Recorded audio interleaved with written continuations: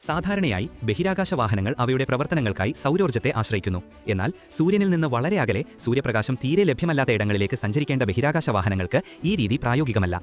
അത്തരം ദൂരയാത്രകളിൽ ഊർജ്ജം ഉൽപ്പാദിപ്പിക്കാനായി ഉപയോഗിക്കുന്നത് റേഡിയോ ഐസോട്ടോപ്പ് തെർമോ ഇലക്ട്രിക് ജനറേറ്ററാണ്. ഈ RTGയിൽ സുരക്ഷിതമായി സൂക്ഷിച്ചിട്ടുള്ള പ്ലൂട്ടോണിയം 238 എന്ന റേഡിയോ ആക്റ്റീവ് ഐസോട്ടോപ്പിന്റെ റേഡിയോ ആക്റ്റീവ് ഡീകെ വഴി പുറത്തുവിടുന്ന താപം തെർമോകപ്പിൾസ് ഉപയോഗിച്ച് വൈദ്യുതിയാക്കി കൺവേർട്ട് ചെയ്യുന്നു. ഈ പവർ സ്രോതസ്സിന് വർഷങ്ങളോളം വൈദ്യുതി ഉൽപ്പാദിപ്പിക്കാൻ സാധിക്കും. വോയേജർ, കാസിനി തുടങ്ങിയ ദൗത്യങ്ങൾക്കെല്ലാം ഇത് അത്യാവശ്യമാണ്. എന്നാൽ ഇങ്ങനെ ലഭിക്കുന്ന വൈദ്യുതി പ്രധാനമായും ഉപകരണങ്ങൾ പ്രവർത്തിപ്പിക്കാനാണ് ഉപയോഗിക്കുന്നത്. പറക്കുന്നതിനും ഇന്ധനം ലാഭിക്കാനും വേഗത വർദ്ധിപ്പിക്കാനും ബഹിരാകാശ വാഹനങ്ങൾ പ്രയോഗിക്കുന്ന ഒരു പ്രധാന തന്ത്രമാണ് gravity assist fly by technique.